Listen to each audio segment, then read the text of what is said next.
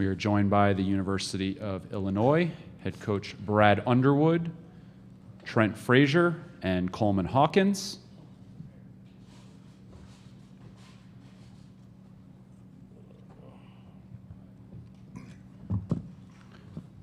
We'll start with an opening statement from Coach Underwood, and then we will take questions from the students. Coach? I'm trying to get my wind. My goodness, that's about an 8-mile walk. Hats off to Indiana. They were really good. Thought that you just kind of hung in there. We talked about just chopping wood. It's hard sometimes when you play a team that's already played to just get a feel for the gym, and we hadn't been in here shooting, and it was just to try to get a feel. And sometimes you just got to hang in there. They got off to a great start, and I thought we just kind of held our own and maintained. But at the end of the day, you can't miss free throws. And we missed 6 layups in the first half, and I don't know how many we missed in the second, and you can't do that and win games. Coleman was terrific today. He's got a wide open dunk and lets the ball slip out. And I've already talked to him about that, so I'm not afraid to do it here. But you can't do that in the postseason play. You just can't do that. And we turned it over a couple of times late, but again, now it's rest and for why we really play, which is the NCAA tournament, and we've earned the right as this league's regular season champion to be a pretty high seed. And we played a lot of games this year without a lot of people, minus Kofi in a couple of games that we ended up losing. So it'll be interesting to see where we're seated, but again, it was Indiana's day. It's the best league in the country, and that should, if there was any doubt whether they were in, should definitely solidify them, which will make this an 8 or 9 bid league at least. We'll take questions for the students. If you have a question, please raise your hand, and we'll bring a mic to you. We'll start in the front here with Tom in the middle. Tom Bruce, Sports Illustrated, Indiana. Coleman, you had a career high today. You had good looks. How was your confidence level coming into this game in the first place, and just how did you feel as the flow of that game went on? I felt extremely confident. I've been in the gym shooting shots, and I knew based on their defense and the way they operate on defense, I knew I'd be open sometimes. So just knowing that the team needs me to step in and knock down shots, that was really my mindset. And yeah, I just went with the flow of the game, took the open shots that came to me, and I had a decent shooting night tonight. So yeah. We'll go to the front row to the right. Scott. Yeah, Scott Ritchie with the News Gazette. I guess for both of you guys, Coach mentioned just trying to maybe hang in there. What did you feel like maybe you could have done more just to maybe push it a little bit, maybe extend the lead you had late? Trent, you go first, then Coleman. Coach said it best. Layups and free throws. There's nothing else I could think of that, could change the outcome. But, I said it earlier in the game. You can't miss, easy layups, and we can't miss free throws. That it's March. We know it's going to be 1-2 possession game, and we didn't come up with those easy plays. We need to get all the easy plays we can get, and we didn't execute on those. All right, we'll go all the way on the far right. Julian. This is for Trent in particular. You've been here since the beginning. You've been here since the ground floor of this, and this is your last Big Ten game. Can you express to me your feelings on the finality of this, number one, and number two, where you leave this program now? Number one, I'm very disappointed in myself turning that ball over down the stretch. That's unacceptable, especially being a fifth year. you know, starting guard. You know, obviously coach put the ball in my hands to make a play. You know, he's very highly confident in me to make the right play, and I didn't do that. So that's first. I'm very disappointed, but I think that this program is in a good hands. We have really high character guys. The freshmen, you know, they've come a long way. We've brought them up with us. You know, they come to practice every day to compete. They're playing with tremendous confidence, and they're playing free. So, but I'm excited, you know, for this program and Coach Underwood to keep building and continue to go in the right way. So I'm not really worried about, you know, after I leave, you know, where this program is headed. I know they're in good hands. We'll go on the far right. Jeremy. This is for Coleman and Trent. Jeremy Warner, Illini Inquirer. I know you guys, the big thing is the NCAA tournament this year, but what is this impact of this game leading into the week of preparation? How does it stick with you? Coleman, go first. I mean, we were expecting to be here, and we were expecting to win it all. We all had a good feeling going in here, but obviously it didn't happen. So, I mean, we got to look ahead. You know, like Coach was saying, just get some rest, get back to work, and change our mindset to, you know, the NCAA tournament and what's next to come for us. It's not going to be a Big Ten team. It's going to be a team in a different conference, at a different venue. So we gotta brace ourselves for that and just move on from this. We can't change anything about this. So, Trent, anything to add? I mean, just like Coleman said, I mean, obviously, you know, we prepared, you know, to play on Sunday. That was our goal, you know. But there's nothing we can do about this game besides, you know, learn from it and move on. I think a good thing is, you know, we know we're going to be playing in, you know, March for the next month. So I think the next step for us is just to get back, regroup, you know, start getting better, and just prepare for Thursday or Friday and our next opponent.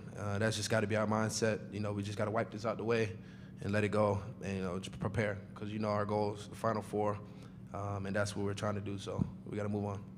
Left-hand side, second row, Dustin. Dustin DePierre, Bloomington Herald-Times. Trent, obviously you brought up the turnover. Just, I guess, could you take us through that play? What kind of happened there? What did you see? How'd you get crossed up? We drew up a play for me to get downhill with a head of steam. I tried to get left. They weaked me. TJD did a good job, you know, forcing me off to the side. They help off strong side corners, so I thought Coleman would be in the corner for open three. That's what they've been doing all game. But we had a little bit of confusion right there where, you know, he came up on top. But I mean, I made a bad decision. I'm disappointed in myself on that. I got to just do a better job of, you know, at least getting the ball on the rim and just, you know, talking with my teammates. But, I mean, yeah, I'm very disappointed in that last turnover I had. We'll take two more for the students. We'll go in the middle on the right-hand side. Second row. Rob McCauley, Illini Report. Chemistry was a little bit different. The game in Bloomington, personnel differences. For Trent, how much did it change Indiana's chemistry to have Finney this time? For Coleman, how much did it change your chemistry to not have Jake? I mean, the game plan was the game plan, to be honest. I mean, with guys or without guys, we try to go in with the mindset of next man up. I mean, as you can see, that's what our season been about, next man up mentality. But I mean, besides them, I mean, we just got to make free throws and layups. That was the game. I mean, we didn't make shots. And in March, you got to make shots and take care of the ball. And we didn't do that. So, I mean, besides, you know, them having chemistry or us having chemistry is next man up. And we got to make layups and free throws, and we didn't do that. Last one for the students on the right-hand side. This is both of you, Joey Wagner with the Illini Inquirer. The missed layups, was that something Indiana was doing, or was that just kind of on your guys' end? What do you think was behind those? Coleman first, then Trent. I mean, I think it was, you know, mainly in the first half, you know, Coach touched up on it a little bit in the locker room, just getting our feet wet. You know, we haven't played in this arena. You know, they played before us the day before, but you know, we practice with those balls, but, game balls are different. You can make all these excuses, but I think it was mainly just, trying to get a feel for the game based on the environment, the arena. And, yeah, I think honestly that's the main thing because it's very rare we're just out there missing layups. So, yeah, I mean, piggyback off what he said. I mean, like I said, we can't make up excuses, but we missed a lot of easy bunnies that I thought could have helped us in the outcome of the game. But, I mean, we just got to be better. Like Coach talked about at the beginning, it's March. So, when we can score an easy bucket, we got to get it because we know it's going to be a 1-2 possession game, and, guys are going to make it tough on us. So when we get an easy bucket, we gotta capitalize on that and just make shots. All right, you guys can head back to the locker room. We'll continue with questions for Coach Underwood. If you have a question, please raise your hand. We'll go to the left-hand side. Kevin, second row. Yeah, Coach, the foul on Trace with 26 seconds left, it almost looked like it was maybe intentional to get the last shot. Was that the case, or did you want to play out that defensive possession? No, we wanted to play it out. Okay, second row, middle here. Hey, Coach. Jeff Rabjohn, Speaks.com. Your thoughts on Trace Jackson-Davis's second half against you guys? I'm sure you saw what he did yesterday. What do you think led to him being that impactful? He's a good player. I mean, you guys, on just about every All-American list. I mean, I don't know what you guys expect him to play like crap for 40 minutes. I mean, he's a really good player. He just played good. Simple. Front row, Rick. Yeah, Brad, Rick Bozich, WDRB. You've competed against Indiana now for 4 or 5 years, however long you've been there. Mike Woodson's first-year coach. Watching them this year, do you sense any ways that he's improved the team or how he's had his impact on this team? Sure. Mike's a terrific coach. He's got tremendous experience. I mean, this is, this is a team that is really good players. I think I've enjoyed watching X play. He's in my opinion, one of the more underrated guards in our league. He's found his way through this in terms of finding out understanding your own team. You don't just snap your fingers and say we're going to win. And he's done a terrific job of feeling his way through where shots come, who they're coming from, and then you're starting to see some leadership, especially from X, step into to help that team win. In the middle, Alec. Hey, Coach. Alec Butsy, Orange and Blue News. You talked about the opportunity to go home and get rest. Is there any positive in that at this time of the year with how hectic the month of February was for you guys? A ton. And it's not that after winning this last year, a ton. We were an exhausted basketball team last year. And more mentally than anything, and I think it's great to push the refresh button. We came here to win it. We didn't, but it's not the end of the world. And I don't think Baylor won their conference tournament last year. I think UCLA got beaten theirs. I think they still found a way to make it to the Final Four. Will be refreshing to get a couple of days away. And no, we're not playing another Big Ten team. I'm tired of this league right now. Tired of these guys. Left-hand side, Dustin. Dustin DePierre, Bloomington Herald-Times. You mentioned X. It seemed like you guys really focused on taking away what he's been doing lately off of pick-and-roll stuff. What did you guys think you did well there? How did you see him adjust, though, to what you guys were doing? Yeah, I mean, it's a pretty lethal duo when you get him and you get Trace going downhill. I think that's I think we're second or third in the country in ball screen defense, and I thought for the most part we did a pretty good job. I think it's really hard to make enough twos in college basketball to win, and unfortunately we didn't make any twos or free throws, but I thought it was fine. But he's terrific. He's doing a great job there. You let him get to his left hand, and he's a very effective mid-range shooter from there as well. All right, we only have time for one more question. We'll go to the far right. Tyler Cottingham, Alana board. Brad, I think today was maybe the first game opportunity you had a chance to win on your final possession with the ball. A couple turnovers, a couple opportunities. Anything you can take away from that as you move into the NCAA tournament to try and build on that for future reference? Yeah, we'll try not to do it again.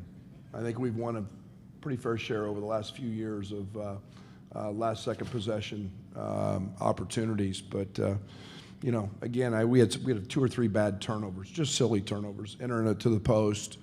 You know, and you know, I gave the ball to Trent. I'd given it the possession before to Curbelo. We drew it. We got a foul drawn, but they went under him. And also, it was a possession where I figured that they couldn't foul us, and then they really couldn't foul Trent. So that's why I made the switch there with Trent getting downhill. So you know, he's a 90% free throw shooter. You know, he gets to the rim. He's going to make 2 free throws if he gets fouled. So it didn't work. It wasn't our day. It was Indiana's day. Give them all the credit, and you know, wish them nothing but the best the rest of the way and in the tournament. All right. Thank you, Coach. Good luck in the tournament. All right. We will be joined by Indiana in a moment.